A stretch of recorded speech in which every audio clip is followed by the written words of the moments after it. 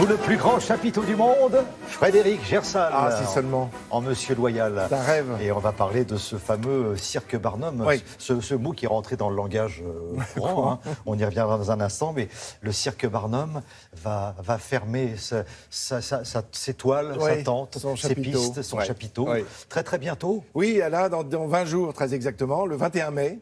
Donc je voulais en parler aujourd'hui, premier jour du Alors, mois. quand on parle de Barnum, avant de parler du cirque, on parle d'un personnage assez incroyable quand même. Limite sulfureux quand même. Hein. Enfin bon, il est né en 1810, alors on va dire c'est à une autre époque, un autre siècle, un autre temps, mais ça n'excuse et n'explique pas tout. Bien sûr, c'est Phineas Taylor Barnum. Voilà, c'est ce monsieur Barnum qui est un petit génie. On le voit en haut à droite là sur cette affiche, tandis qu'en bas à gauche c'est monsieur Bailey, B-A-I-L-E-Y. Ils vont s'associer plus tard, bien des années plus tard. Mais Barnum, lui, son père lui offre un petit commerce et il va en faire, il va le développer, un petit bazar, mais il va le développer d'une façon extraordinaire, notamment en jouant sur la publicité. C'est-à-dire qu'il arrive à concevoir des affiches en lançant des slogans tout à fait étonnants. Et puis un jour, il croise sur une foire, sur un marché, c'est pas du tout dans un cirque, un homme qui était avec une femme d'un grand âge. Et il présentait cette femme comme étant la plus vieille du monde. Et Barnum a une idée incroyable, il se dit, mais je vais prendre cette femme sous mon aile, protectrice, enfin surtout pour essayer de gagner un peu de sous. Commerçante, on va dire. Absolument. Et il va faire une annonce en disant qu'il présente au monde la nourrice de George Washington. Alors ça, évidemment, les Américains sont absolument incroyables, parce que quel âge aurait-elle ? Eh bien, elle a, quand il la présente, 160 ans, d'après lui, 160 ans. Et cette femme, c'est une blague en plus, qui serait donc nourrice de George Washington, alors que George Washington, tout petit, aurait vécu ses premières années avec elle, dans ses bras. Eh bien, c'est quand même, c'est une idée, non pas de génie, mais une idée qui veut bouleverser un petit peu les choses. Et du coup, ça lui rapporte des sous. Et c'est pas le seul personnage qu'il va évidemment prendre dans son équipe, mais l'équipe n'est pas le mot très juste, parce que on parle de mots un peu effroyables. D'ailleurs, si on connaît le film Freaks, vous savez, de Todd Browning, qui date de 1932, où l'on voit tous ces personnages du cirque Barnum, ce sont ces personnages. Il y a des sœurs siamoises, il y a des gens de petite taille, hors du commun, des gens de très grande taille, des gens très forts. Et tout cela, évidemment, ça a fait la fortune de monsieur Barnum. Je vous propose de regarder des images. Parce que pourquoi ce cirque ferme-t-il ? Alors c'est le plus grand spectacle, non pas du monde, mais il le présente, le voilà, Barnum, le plus grand spectacle de l'univers. C'est ce que l'on va voir, donc c'est effectivement un cirque géant. Le chapiteau mesure 190 mètres de long, 85 mètres de large, il y a 3 pistes à l'intérieur, et puis il y a des animaux emblématiques comme ce Jumbo. Jumbo, c'est l'éléphant géant qu'il a acheté aux Zoos de Londres en 1882 et qu'il va faire voyager dans le monde entier. D'abord, il va le faire revenir aux États-Unis et puis après, il parcourra le monde avec ce cirque. Ce cirque qui peut accueillir 12 000 spectateurs. Vous imaginez, sous ce chapiteau gigantesque, je vous le disais, 3 pistes avec un nombre de clowns tout à fait surprenant. Et voilà cet autre personnage qu'il a pris sous son aile. C'est Tom Pouce. Quand je dis pris sous son aile, il l'a aussi pris avec, évidemment, l'idée d'en faire un personnage emblématique ça va plus loin, parce qu'on parle presque d'une monstrueuse parade. Hein. C'est comme ça qu'on a... Il exhibait, on a voilà, exactement. C'était des exhibitions quand même. Exactement, comme ce géant que l'on vient de voir sortir d'une toute petite voiture. Alors, il y avait le caractère du bonhomme qui était... le côté cirque qui est respectable sur le papier, et puis il y a ces défenseurs des animaux qui ont beaucoup agi en faveur des éléphants notamment, puisque le spectacle de Barnum, encore aujourd'hui si je puis dire, enfin jusqu'à il y a quelques temps, puisque maintenant c'est pratiquement interdit, c'est impossible, il présentait des éléphants et d'après, on le voit là sur ces images d'archives, et d'après les défenseurs des animaux, évidemment cette façon de présenter et de faire jouer ces animaux qui, en dehors de la nature, ne sont pas faits pour, évidemment, être prisonniers derrière ces cages, faire ces numéros. Mais voilà, bien souvent, ces animaux, n'oublions pas, sont issus d'animaux en captivité. Donc, ce ne sont pas forcément des animaux qui ont été retirés à Dame Nature, mais c'est le fait de les forcer à faire certains numéros qui ont poussé ces associations. Voilà le plus grand spectacle de l'univers.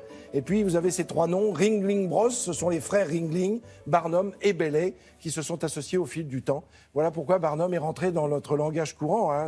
Vous le rappeliez très justement. Eh oui. quand on se balade comme ça, on voit plusieurs tentes. Quand je présentais 40 degrés à l'ombre, il y avait des camions sur la route. C'était un vrai Barnum. Un vrai Barnum. C'est devenu le nom d'une tente en plus. Oui, je crois, absolument. C'est ça, oui, tout à fait. Mais le cirque Barnum s'était quand même adouci avec le temps. Oui. Ça s'était amélioré quand Oui, même. oui. Alors ça n'était plus comme du temps au 19e siècle, à la création, en 1871, avec Phineas Taylor Barnum. Mais voilà, il y a aussi le mot cirque qui est rentré dans le langage courant pour parler de... Quand on dit d'un Barnum, on dit aussi un vrai cirque, c'est-à-dire que c'est quelque chose qui est un petit peu foutoir, quoi, par certains côtés. Mais aussi, il y a le côté poétique, évidemment, du cirque qui nous fait tous rêver. On en reparlera un petit peu plus tard de ce Barnum. C'est beaucoup mieux organisé sur le plateau de Télématin. On va s'intéresser maintenant à l'actualité des sciences. Comment comprendre les robots? Ben oui, les gens s'attachent aux robots. C'est le sujet d'étude d'une chercheuse du CNRS que Laurence Beauvillard a rencontrée à Grenoble. Et cette scientifique, elle travaille sur le langage, vous allez voir, et plus particulièrement sur la musique des mots qu'on appelle la prosodie. De plus en plus souvent, nous communiquons avec les robots. Dans un laboratoire de Grenoble, on étudie comment les robots devraient nous parler pour que nous les aimions. Maintenant, ici à votre service. Pour cela, on utilise les bases du langage humain, la prosodie. C'est en quelque sorte la musique sans les paroles. La prosodie, c'est toute la musique qui, pendant qu'on parle, supporte tout ce qu'on fait avec les mots. Tout ce qui est sous les mots et tout ce qui va faire qu'on va parler en montant sa voix ou en la descendant, en parlant plus fort ou moins fort, en ayant une voix douce ou une voix rugueuse, en ayant un rythme rapide ou un rythme lent. C'est l'essence même de la construction de la relation avec les autres. Je peux faire quelque chose? Ça, c'est Emox, un robot conçu pour nous manipuler. Est-ce que tu peux allumer la lumière? On voudrait comprendre scientifiquement comment les gens utilisent cette prosodie, à quoi elle sert. Alors les fonctions qu'on a réussi à mettre en évidence ici, ça a été d'utiliser des petits morceaux de prosodie toutes seules, sans aucun mot. Et ces petits morceaux de prosodie qu'on a mis des années à aller collecter chez les humains, ces petits bruits ont un pouvoir excessivement fort d'attachement et de construction de la relation à l'autre. Est-ce qu'on pourrait faire chauffer de l'eau? Oui.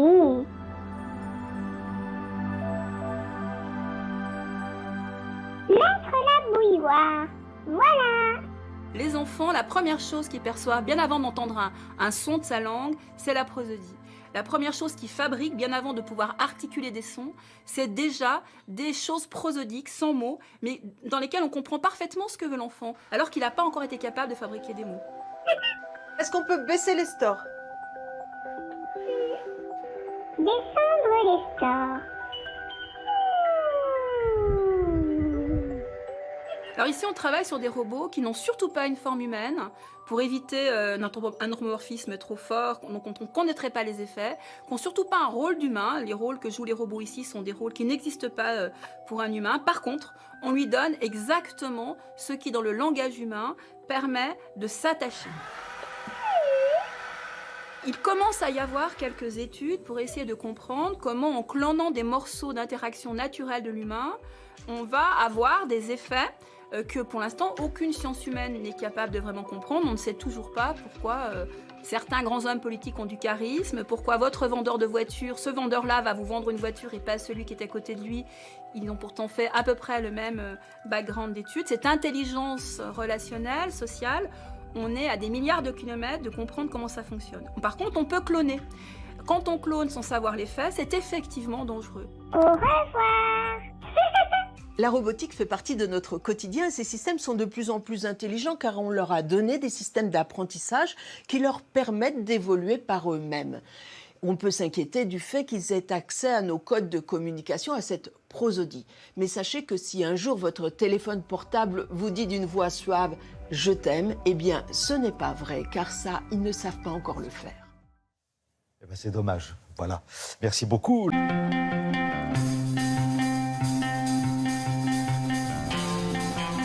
Et on commence tout de suite. Bonjour Jean-Sébastien, avec du foot.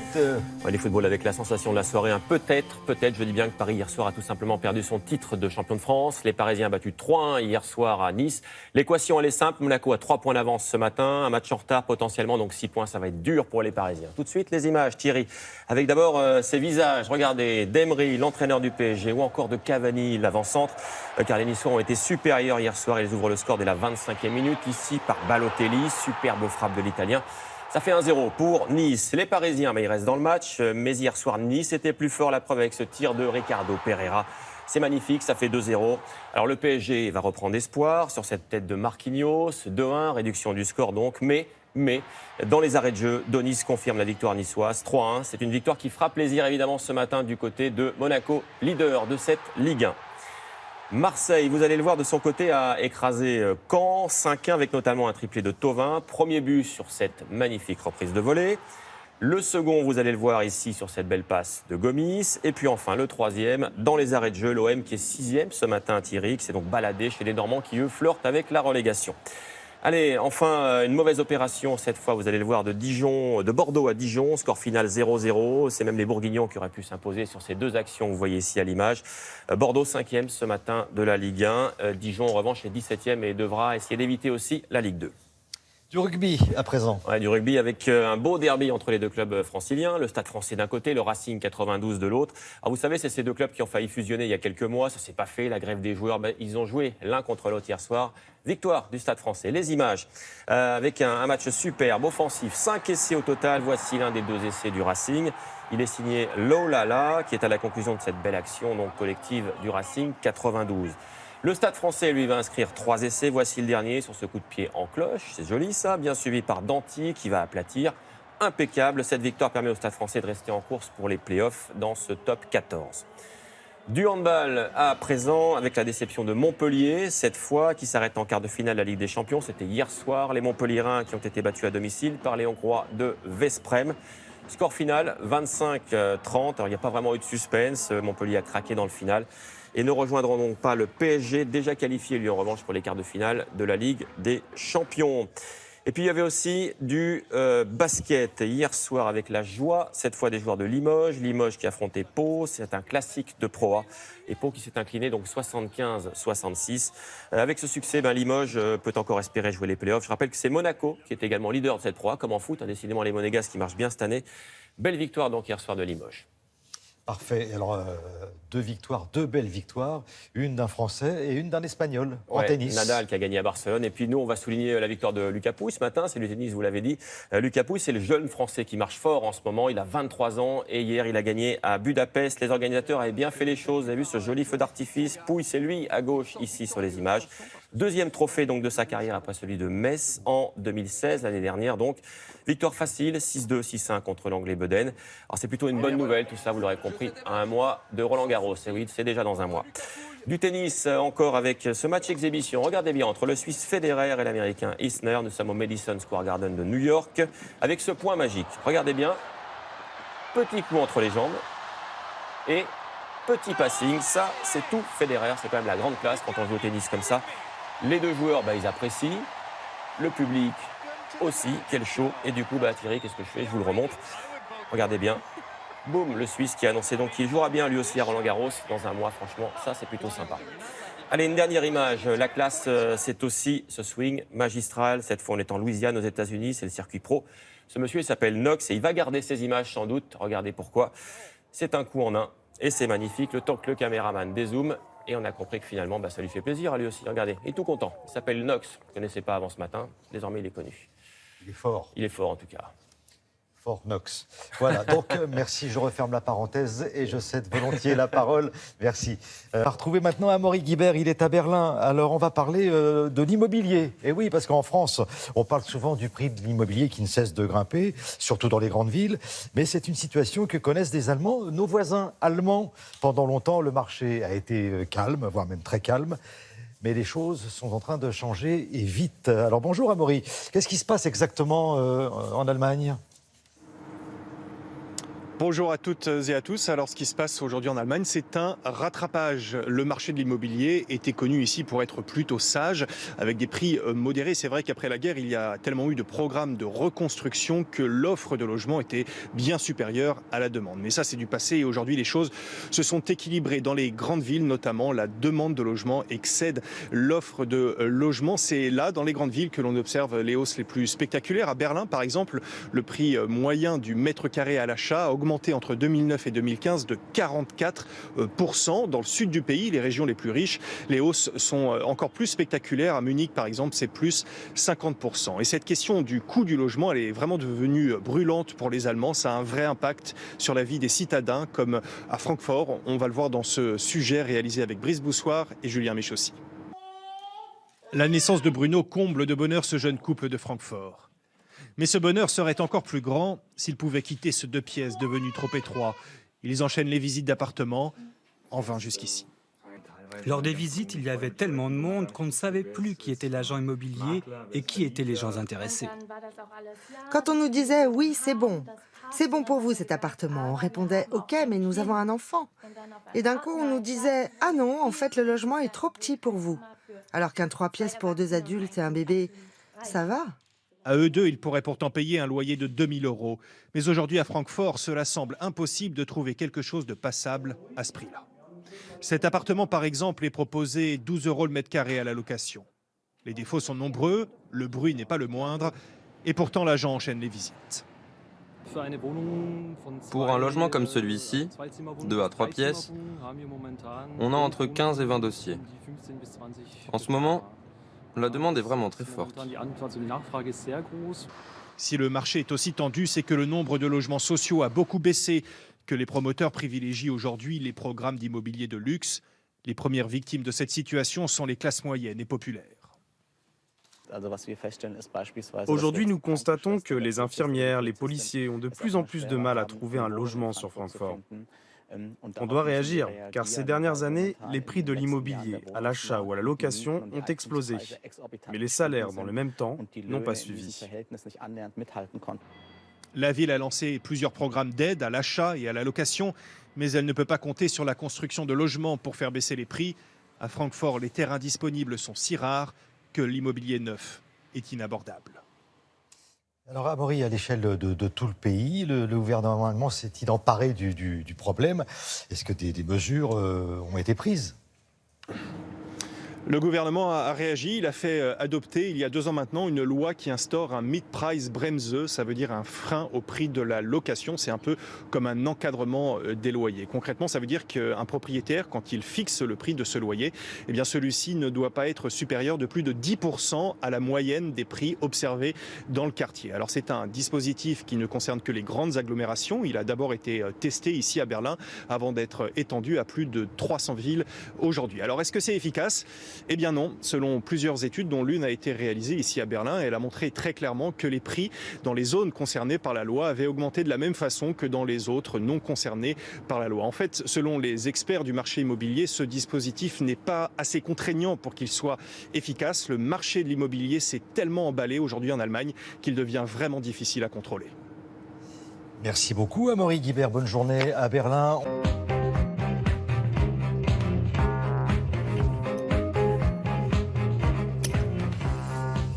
Bonjour Patrice, j'ai l'impression que c'est calme ce matin dans la presse. Oui, c'est calme. Attendez, hop, j'ai paumé mon micro. Voilà. Donc, je disais, ce matin, c'est calme dans la presse. Donc, le temps d'installer. Voilà, le micro est installé, tout va bien.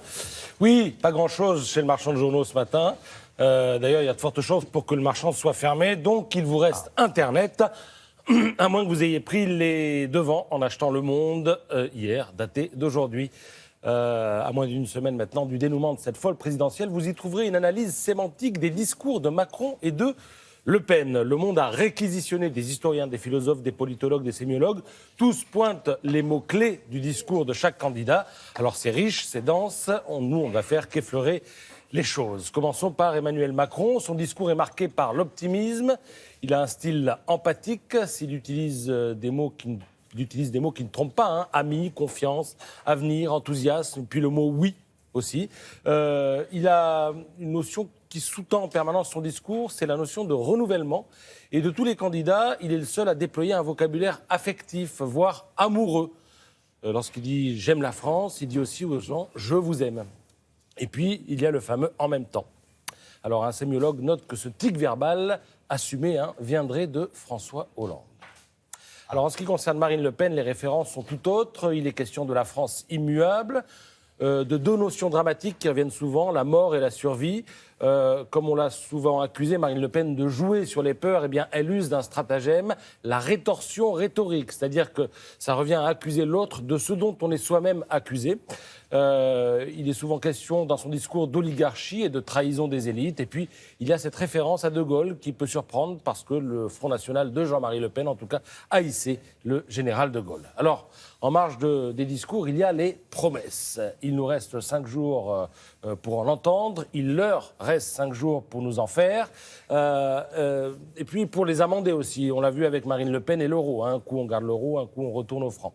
Alors, en matière de promesses, j'ai du gros ce matin. Une seule adresse, le magazine Ça m'intéresse, qui a fouillé dans les poubelles de l'histoire et a retrouvé quelques bonimenteurs de compétition, autrement dit des candidats au suffrage qui faisaient du Pasqua avant Pasqua. Pasqua étant, je le rappelle aux plus jeunes, un ministre de l'Intérieur des années 80 qui s'était rendu célèbre pour avoir, entre autres choses, expliqué un jour que les promesses n'engagent que ceux qui les croient. Donc, ça s'intitule « Les promesses les plus folles » et en la matière, donc j'ai du gros. En 1946, un certain Ferdinand Loppe est candidat à Paris et il propose de construire des trottoirs roulants pour faciliter le travail des prostituées qui n'auraient plus à faire les 100 pas. Il voulait aussi prolonger le boulevard Saint-Michel jusqu'à la mer. Et à 82 ans, en 1974, il a essayé d'être candidat à la présidentielle. En 1893, Isidore Cochon est candidat aux législatives dans le Nord-Est et son projet à lui, c'est de construire un pipeline reliant l'Algérie, alors française, à Marseille. Pourquoi ? Eh bien, il voulait, par cette canalisation, faire transiter les vins produits dans la colonie nord-africaine pour en faire profiter tous les cafés de la métropole. Attendez, j'ai pas fini. Dans la série Les dingues sont parmi nous, vous avez aussi Fénelon Ego qui, en 1906, propose de remplacer le métro parisien par un réseau de ballons dirigeables. Mais parfois, on n'a pas besoin de remonter très loin pour croiser des gens bizarres. En 93, récemment, un certain Maurice Mercante inscrit le droit à la sieste dans son programme. En 94, le bien nommé Benoît Frappé propose au pays de se lancer dans le vol yogique, c'est-à-dire qu'il propose de faire des bonds assis en tailleur. Et il dit qu'il suffit que quelques milliers d'adeptes exercent cette discipline pour produire une vague d'énergie, provoquant la baisse du chômage, de la criminalité et de la guerre. Alors le courant est mal passé entre lui et les électeurs, il a fait 0,4% aux européennes. Et alors le meilleur de tous, en 1848, les premières élections sont ouvertes au suffrage universel ou semi-universel, puisque seuls les hommes votaient. Et là, c'est la surenchère, et vous avez un dénommé Muret qui propose une société sans travail, grâce à la multiplication infinie des machines. Les seuls emplois seraient tenus par des chiens savants chargés de surveiller les usines entièrement mécanique. Voilà, une société sans travail, ce serait malheureusement une société sans 1er mai et sans l'occasion pour nous de nous voir. Ce serait dommage. Et je terminerai avec le slogan de Pierre Dac, il y a quelques années, quand il avait créé le mou. Oui. Les temps sont durs, vive le mou. Voilà, c'était signé Pierre Dac et on se retrouvera tout à l'heure pour la revue de presse culturelle. Merci Patrice. On va d'abord retrouver Caroline Roux et son invité pour les 4 vérités aujourd'hui. C'est Louis Alliot, vice-président du FN. Oui, vice-président du FN, mais aussi compagnon de Marine Le Pen. Il a grandi en politique aux côtés de Jean-Marie Le Pen, le patriarche devenu bien encombrant en ce 1er mai.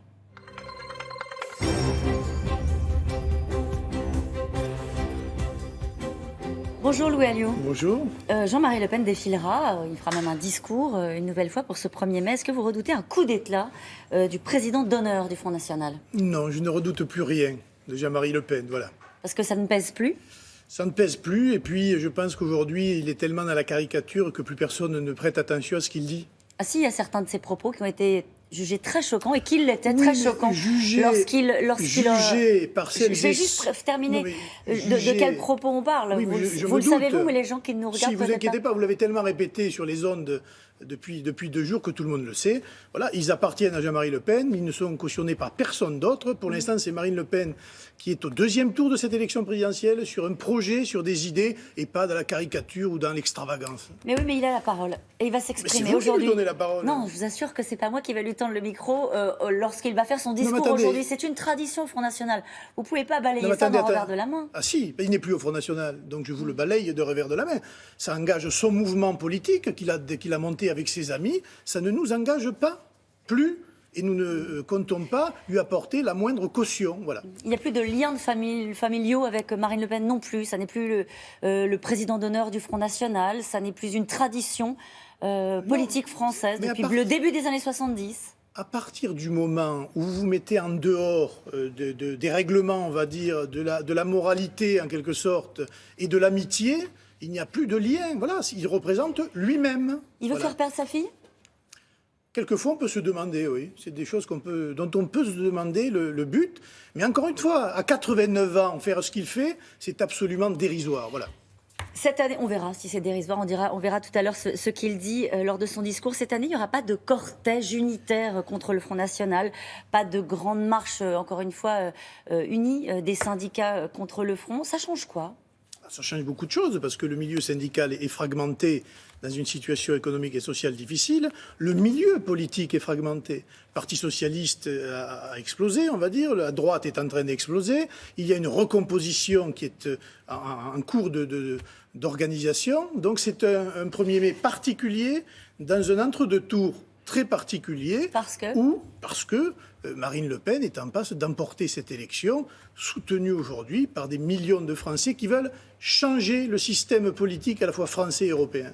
Quand ils veulent changer le système politique français et européen, est-ce qu'ils ne votent pas Emmanuel Macron ? Non, parce que là, ils voteraient pour le fils de François Hollande, l'héritier de François Hollande, celui qui a été ministre de l'économie, conseiller de François Hollande, avec tout le bilan qui va avec. Je ne pense pas que les Français soient aussi légers à remettre au pouvoir quelqu'un qui a démontré toute son incompétence pendant autant d'années. C'est marrant, vous dites héritier, lui il dit héritière. Héritière, Marine Le Pen, de son père, pardon d'y revenir, vous allez croire que c'est une obsession, de son père, de son parti, il a parlé du château de Montretout, etc., considérant qu'elle se dit qu'elle est du peuple, mais qu'elle instrumentalise le peuple. Je veux dire, quand on est comme M. Macron, d'ailleurs c'est même dans son propre camp, l'héritier des grandes banques, des marchés financiers, de la finance internationale, quand on est comme lui au chevet de Mme Merkel pour aller obtenir la caution, au chevet de la Commission européenne, au chevet de l'idéologie ultralibérale, je vais vous dire, les Français ne se font aucune illusion sur qui est l'héritier et qui ne l'est pas.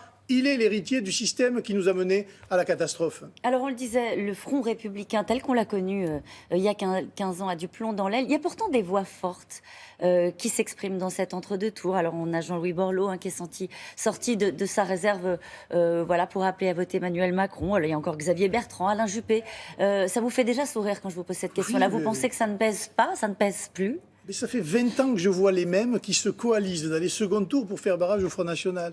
Et systématiquement, derrière, on a eu la même politique et même pire qu'avant. Donc ces gens-là, aujourd'hui, font sourire les Français. Ils appellent à un péril et un danger qui n'existe pas. Ils appellent à manifester contre un danger qui n'existe pas. Et on a vu au premier tour et on verra au deuxième tour que les Français ne sont plus effrayés par ces tentatives qui sont... Là encore, des choses absolument anecdotiques. La meilleure preuve, c'est que sur le terrain, j'étais encore moi à Perpignan ce week-end, je peux vous dire que tout le monde se moque de ce que pensent ces gens-là. Ce qu'ils veulent maintenant, c'est discuter des idées, du projet, de ce que représente M. Macron. Et de ce point de vue-là, le débat de mercredi sera très important. Alors, vous dites que ces voix-là ne pèsent pas, ça fait rire les Français. Il y a d'autres voix qui se sont exprimées, et qui se sont exprimées, par exemple, hier, à propos du camp des 1000. Vous connaissez ça par cœur. Denis Storous-Marter, déporté à 16 ans à Auschwitz. Sidney Chouraki, engagé volontaire de la France libre. Le colonel Louis Montguilan, résistant déporté à Mauthausen. Ils ont parlé de vous. Et sont des voix, j'imagine que vous considérez que ce sont des voix qui portent. Ce sont des voix... Ils ont dit, nous avons appris durement à reconnaître les visages et les masques de l'exclusion et de la haine. C'est aujourd'hui l'extrémisme nationaliste qui risque de conquérir le pouvoir. Ce sont des voix éminemment respectables, mais je tiens à dire à ces personnes-là que des gens comme eux, j'en ai connu au Front National. Le général Valette d'Ozia, Roland de Birgy, qui a été décoré de la médaille des Justes, Jean-Baptiste Biaggi, déporté résistant, Michel de Camaret, compagnon de la Libération, et bien d'autres encore, que nous n'avons pas de leçons à recevoir de ces gens-là, que je respecte, et que nous avons, pour les morts de cette période-là, la même compassion et les mêmes sentiments.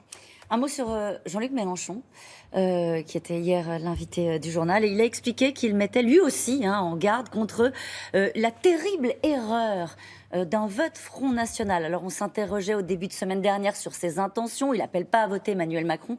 Mais son message est plutôt clair. Il considère que voter FN, c'est le chaos.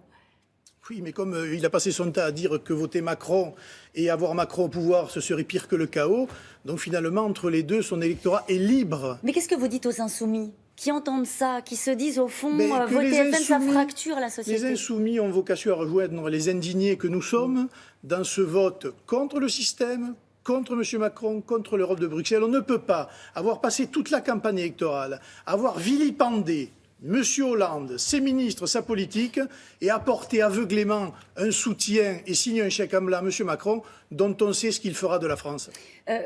Vous qui jouez le peuple contre les élites, souvent, comment est-ce que vous répondez à tous ceux qui ont peur de ce qui se passerait, c'est ce que dit aussi Jean-Luc Mélenchon, si le Front National arrivait au pouvoir, une société fragmentée? Est-ce qu'à un moment donné, vous dites, notre objectif sera de rassembler le pays? Comment vous gérez cette difficulté-là? Déjà, si vous arrivez au pouvoir, c'est que vous avez la moitié des exprimés, plus un.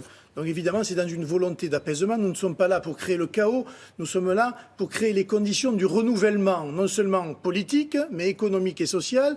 Et nous ferons tout pour éviter évidemment la fracture et pour rassembler le peuple français. Nicolas Dupont-Aignan va s'afficher aux côtés de Marine Le Pen pour ce meeting aujourd'hui du 1er mai à Villepinte.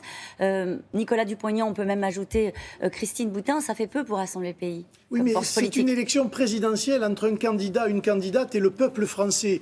Il y a des soutiens politiques, socio-économiques, associatifs, et puis il y a le soutien du peuple. Et c'est le peuple qui décide de ce changement. Le reste, ça fait partie des soutiens. Ils sont accueillis avec beaucoup de sympathie, mais c'est au peuple que nous nous adressons. Donc il reste à sa place, Nicolas Dupont-Aignan, c'est ça ce que vous lui dites? Pas du tout. Marine Le Pen, d'ailleurs, a dit qu'il serait son Premier ministre, ce qui est très important. Et il est le visage de notre ouverture à des forces politiques qui ne partageaient pas notre combat avant ce premier tour. Juste une dernière question sur vous. Vous avez fait quelques confidences, c'est assez rare. Vous le faites rarement sur votre rôle dans le JDD hier, sur votre place. Si Marine Le Pen arrivait au pouvoir, est-ce que vous accepteriez d'être son ministre?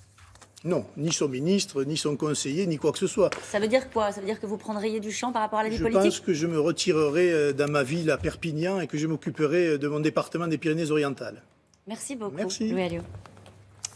Merci beaucoup, bonne journée.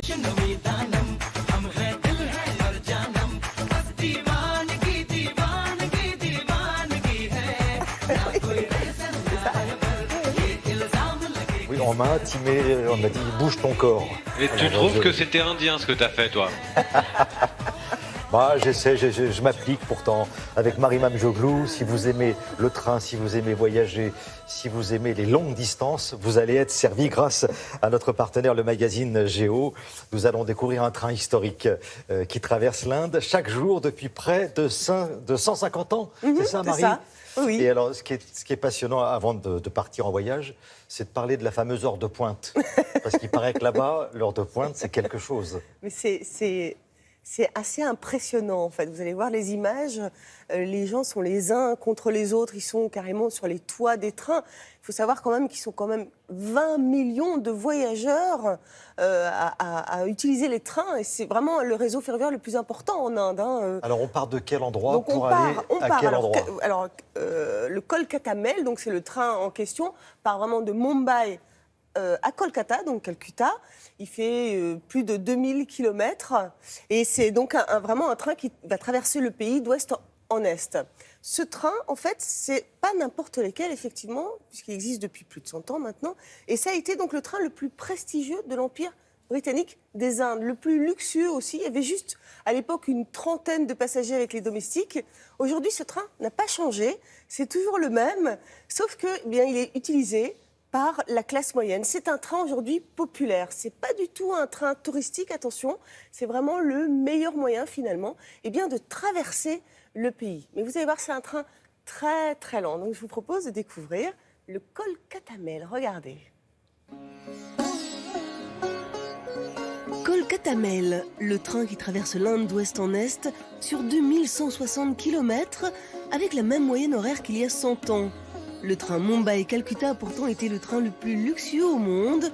Il reste aujourd'hui un train peu ordinaire. C'est le transport le plus économique emprunté chaque jour par des milliers de voyageurs.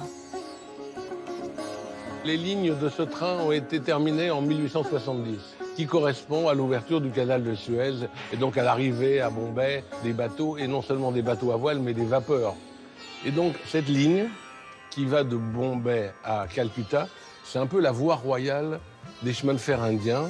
Évidemment, dans les années 1870, les Indiens de conditions modestes ne prenaient pas le train. C'était sans doute un train réservé aux Anglais d'abord, puisque l'Inde était à l'époque une colonie anglaise. Ce train, il a un parcours extraordinaire parce qu'il traverse 5 États de l'Union indienne, et pas n'importe lesquels, les États les plus peuplés de l'Inde. Et sur ce parcours, il y a des lieux très importants, et en particulier des lieux de pèlerinage, puisqu'il s'arrête en particulier à Bénarès. Gare de Mumbai, que l'on appelle encore Victoria Terminus, l'ancien joyau de la couronne est devenu un lieu de brassage de l'Inde populaire. 3 millions de passagers chaque jour, répartis entre grandes lignes et trains de banlieue. Et chaque soir, l'Express Kolkata Mail charge ses 2000 passagers et leurs bagages. En roulant à 60 km/h, il leur faudra 2 jours pour atteindre Calcutta. Aujourd'hui, l'ouest de l'Inde est beaucoup plus développé que l'est.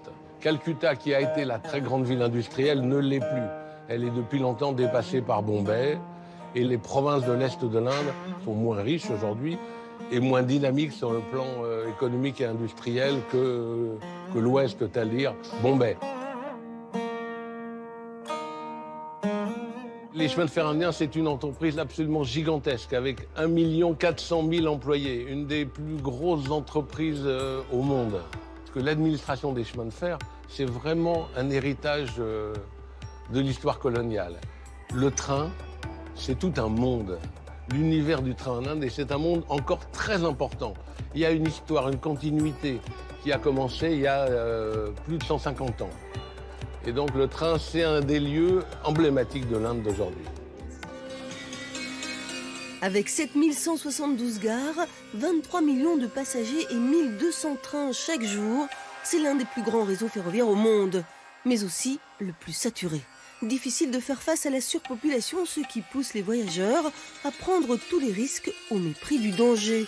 Une situation qui oblige le gouvernement à rénover ce réseau. Affaire à suivre. Voilà, si vous voulez en savoir un peu plus sur le Kolkata Mail. Vous lisez notre magazine. Voilà, le magazine Géo, donc, qui est disponible dès maintenant pour tout le mois de mai. Et donc avec cette histoire du Kolkata Mail, vous avez également un article sur l'agriculture indienne qui fait partie de la 4e la plus importante au monde. Donc, voilà, un reportage très intéressant. Je voyagerai bien avec vous tout à l'heure. Mais moi aussi, Thierry, avec grand plaisir. Et vous me referez votre petite danse. Absolument, sans problème. D'accord.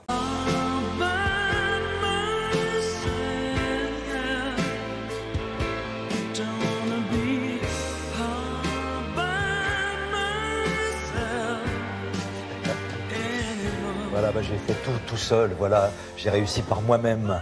Je ne demande rien à personne. Moi, toujours moi. Tu trouves que tu as réussi, toi? Vous allez vous dire, cet homme, ce garçon est égoïste, il ne pense qu'à lui. Bon, justement, on va en parler de l'égoïsme, parce que figurez-vous, c'est ce que va vous confirmer Laurence Sotalazza, c'est que grâce à notre partenaire, le magazine Cerveau et Psycho, on a découvert que l'égoïsme s'était situé quelque part dans le cerveau et que ça se voyait. Oui, ça se voit dans le cerveau, et c'est justement cet article dans Cerveau et Psycho qui sort dans les kiosques en ce moment qui nous a alertés. J'ai trouvé ça assez étonnant. Ce sont des neurobiologistes en fait qui ont étudié 200, 300 volontaires qui ont répondu à des questionnaires pour savoir s'il existait des marqueurs cérébraux de l'individualisme et du collectivisme. Et ils ont soumis à des IRM, quand même, qui ont mesuré le volume de différentes zones de leur cerveau. Et ainsi, ils ont réussi à prouver que le niveau d'égoïsme ou d'esprit collectif s'accompagne d'une anatomie très particulière de notre cerveau. Et ils ont isolé une zone, ces chercheurs, le cortex préfrontal ventromédian, qui est d'autant plus gros qu'on est égoïste. Donc cette zone existe, elle est plus importante quand on est individualiste. Étonnante étude que nous avons soumise à un chercheur en neurobiologie. Regardez.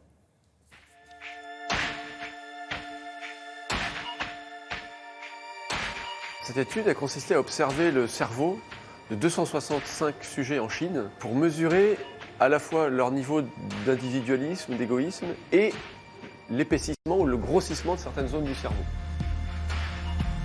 Alors qu'est-ce qu'ont fait les chercheurs? Ils ont fait passer des questionnaires qui permettaient de savoir si une personne était plutôt égoïste ou plutôt collectiviste.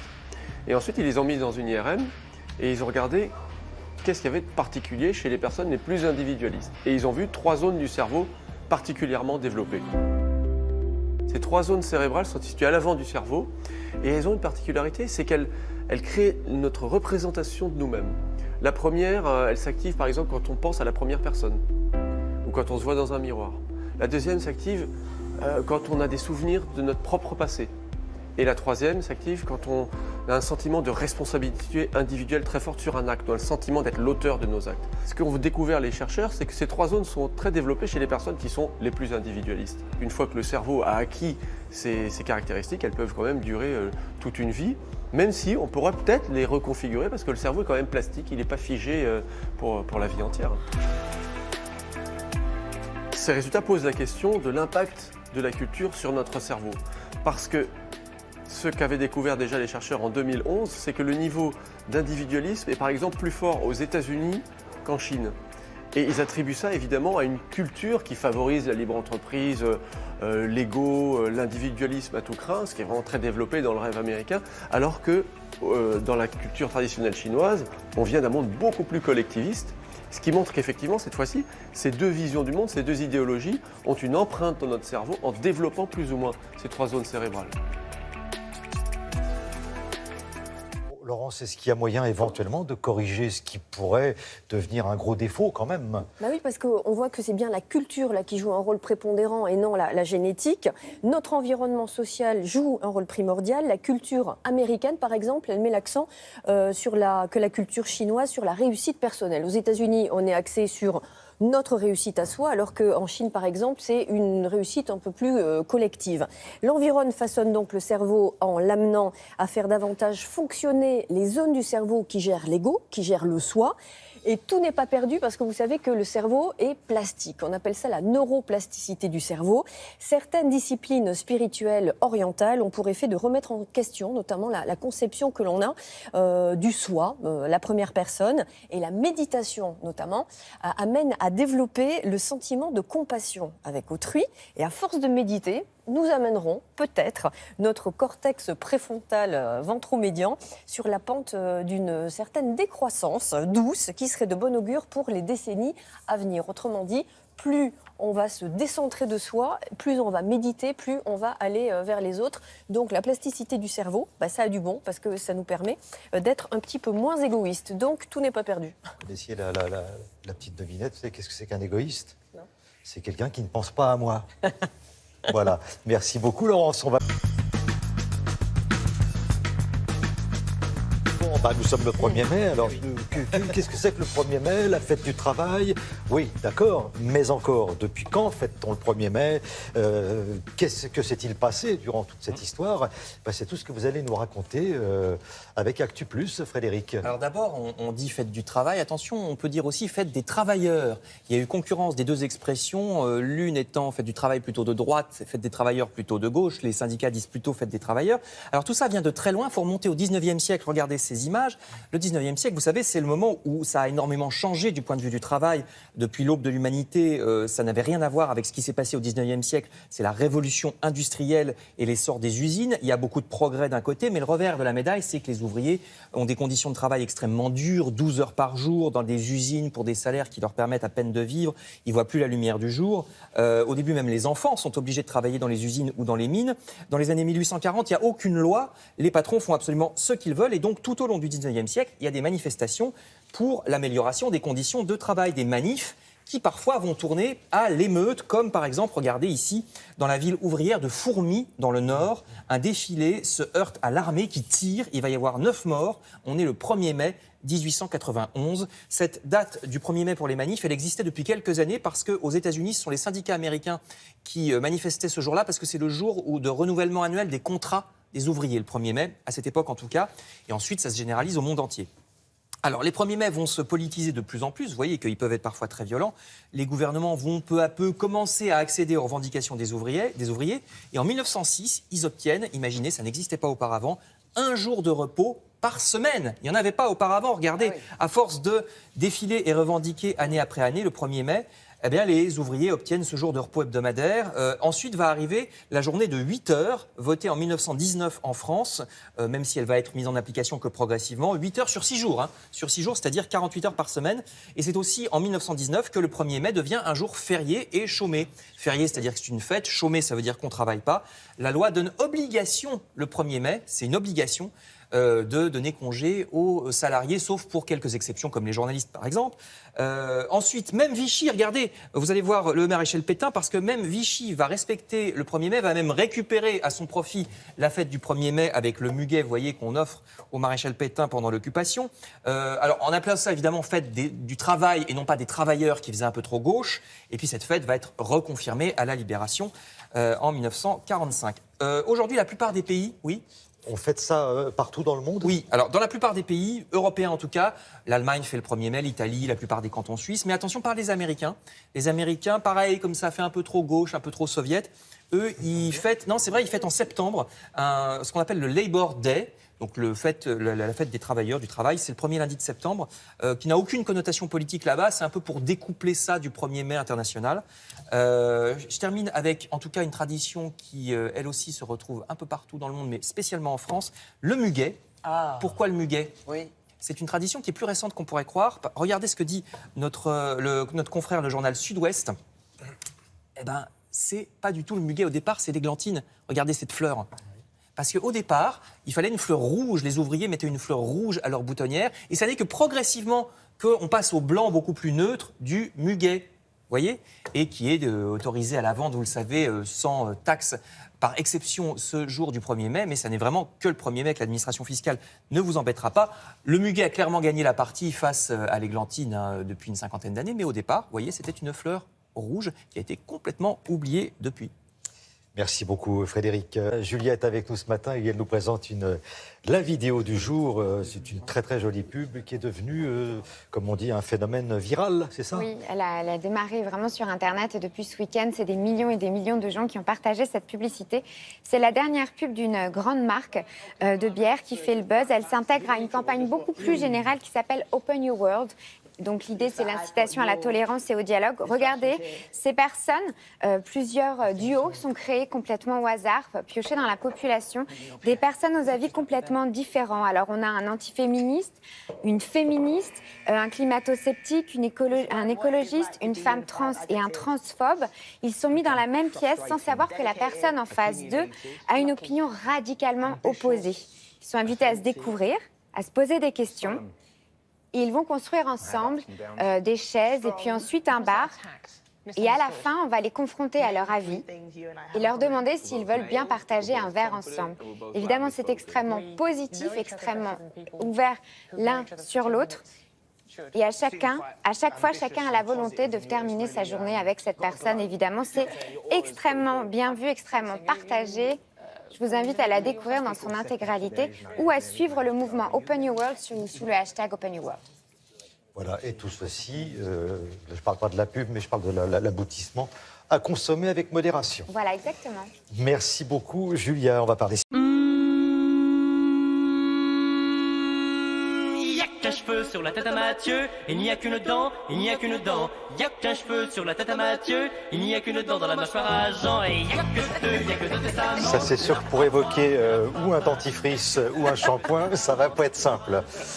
C'est vrai, il n'y a qu'un cheveu ou il n'y a qu'une dent, ça ne va pas être simple. On va imaginer que vous avez un peu plus vous avez un peu plus de cheveux, donc là ça va devenir plus intéressant puisqu'on va parler de shampoing. Oui, de shampoing. Alors c'est un sujet qui peut surprendre comme ça. Oui, ça paraît d'une rare banalité. Pourquoi ? Parce que finalement c'est un produit d'hygiène qui s'est installé tranquillement, de façon courante dans notre vie quotidienne. Quelquefois, on se lave les cheveux tous les jours. On ne se pose pas franchement la question sur la conception, la composition, les effets, le traitement que l'on peut attendre d'un shampoing. Et on a face à nous, en rayon, quel que soit le circuit de distribution, des gammes de produits gigantesques. Ça s'est véritablement élargi. On a l'impression que le shampoing est devenu un produit magique qui sert absolument à tout. Et on ne sait plus comment choisir. Alors, comment faire ? Eh bien, nous nous sommes rendus chez une spécialiste. Quand je dis une spécialiste, c'est une experte, j'ai envie de dire une thérapeute du cheveu. C'est-à-dire une personne qui, quand vous la rencontrez, regarde vos cheveux avant de vous regarder vous. Vous voyez ce que je veux dire ? C'est vraiment son truc, qui connaît tout sur la vie et l'œuvre du cheveu pour nous aider. Parce que c'est, OK, shampoing, oui, mais faut-il vraiment se laver les cheveux tous les jours ? Faut-il systématiquement faire 2 applications ? Faut-il utiliser un après-shampoing ? Est-ce qu'il faut frotter comme un voilà. comme un malade ? Est-ce que plus ça mousse, plus c'est efficace ? Est-ce qu'il faut de l'eau froide, de l'eau tiède ou de l'eau chaude ? Enfin, il y a pas mal de questions que l'on se pose. Et surtout, eh bien, on va apprendre grâce à cette personne que, par exemple, eh bien, un cheveu peut vivre plusieurs années, jusqu'à 10 ans. Il peut se renouveler une vingtaine de fois, jusqu'à 25. Ça veut dire qu'à l'origine, on est quand même plus ou moins conçu pour avoir des cheveux tout au long de sa vie, ce qui n'est pas forcément le cas dans la réalité. Ouais. Pourquoi ? Parce que si on réduit le cycle du cheveu, après c'est terminé, il ne se renouvelle pas, ou alors si le port du cheveu se bouche, il se referme et c'est terminé, le cheveu ne repousse pas. Donc le shampoing est un élément extrêmement important. Comment bien le choisir et bien l'utiliser, c'est en image que ça se passe.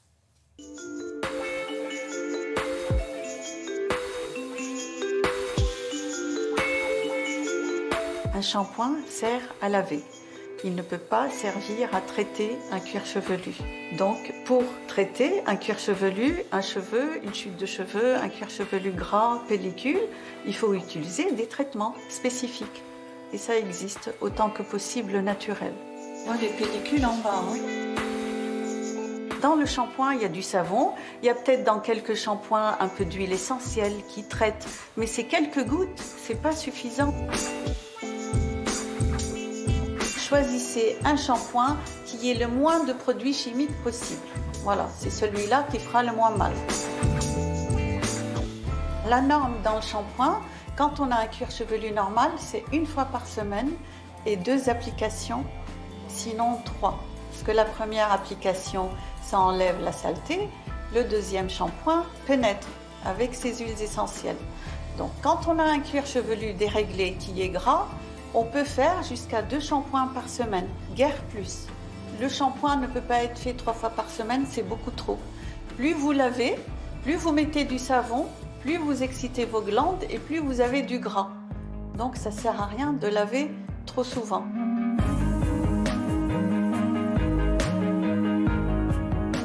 Il faut faire votre shampoing à l'eau tiède, si possible l'eau froide à la fin. Pour la circulation sanguine, l'eau chaude empêche le sang de circuler, de monter sur le cuir chevelu. Le froid stimule la circulation sanguine. Après le lavage, si le cheveu est long, il faudra utiliser une crème hydratante qui pénètre et qu'on n'a pas besoin de rincer.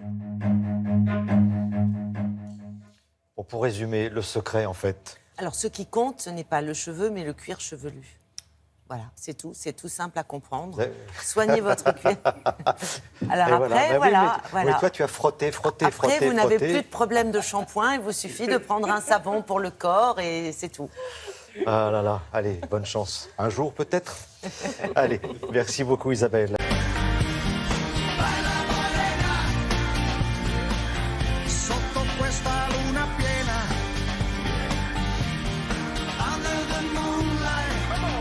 Pour Charlotte, quand on parle de super-héros, forcément, on pense aux États-Unis. Américains. On n'imagine pas un seul instant que les Italiens soient capables de réaliser un... Vous êtes contents, les garçons ? Un grand film. Je vous parle d'un film de super-héros, vous vous rendez compte ? Un film de super-héros à la sauce italienne. Incroyable. Avec un budget rikiki d'1,7 million d'euros.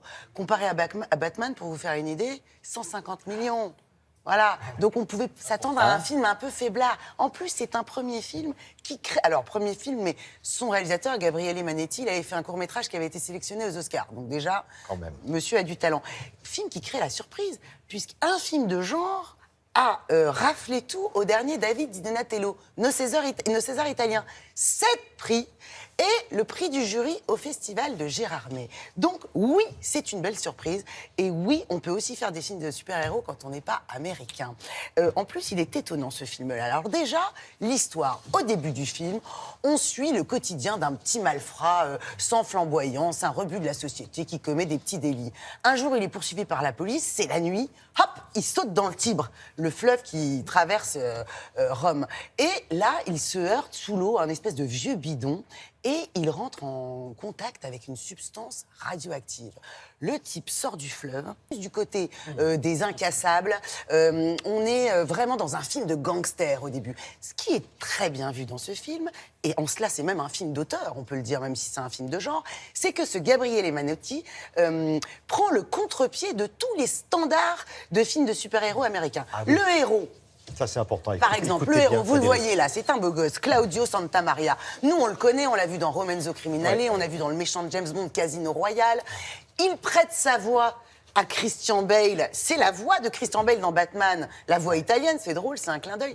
Alors lui, dans le film, il est un petit peu dans Bon Point, il n'a pas les pectoraux de Christian Bale, il passe sa vie à consommer du porno et des crèmes glacées, il ne porte pas de masque. Oui, il n'a pas de masque. C'est ça qui est génial, il n'a pas de masque, jusqu'à la fin. Et puis le méchant du film, qui fait peur, qui est hystérique, lui, c'est drôle, parce que dans le film, c'est un gars qui a eu son heure de gloire. Il a participé à Secret Story. Il a fait le buzz sur la toile. Donc il y a des trucs... Ça l'a rendu méchant, hein. Il y a beaucoup d'action, il y a des trucs très drôles et en même temps, attention, c'est un film violent, interdit aux moins de 12 ans, on pousse les enfants et on profite de cette jolie bande-annonce. Non lo so che mi è successo. È buio. Però mi sento bene.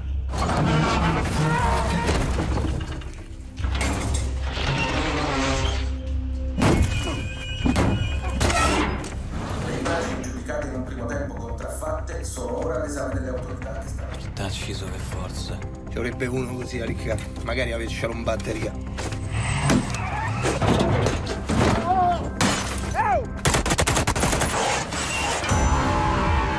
Tu conosci Zig Robot d'acciaio? Cioè, ma te sei il supereroe, ma mica quella rubà. Io voglio fare botto. C'è una ragione che cresce in me. Perché è capace che sto giro muore una cifra di gente. Io solo una cosa voglio sapere, solo una. Perché c'è sta forza?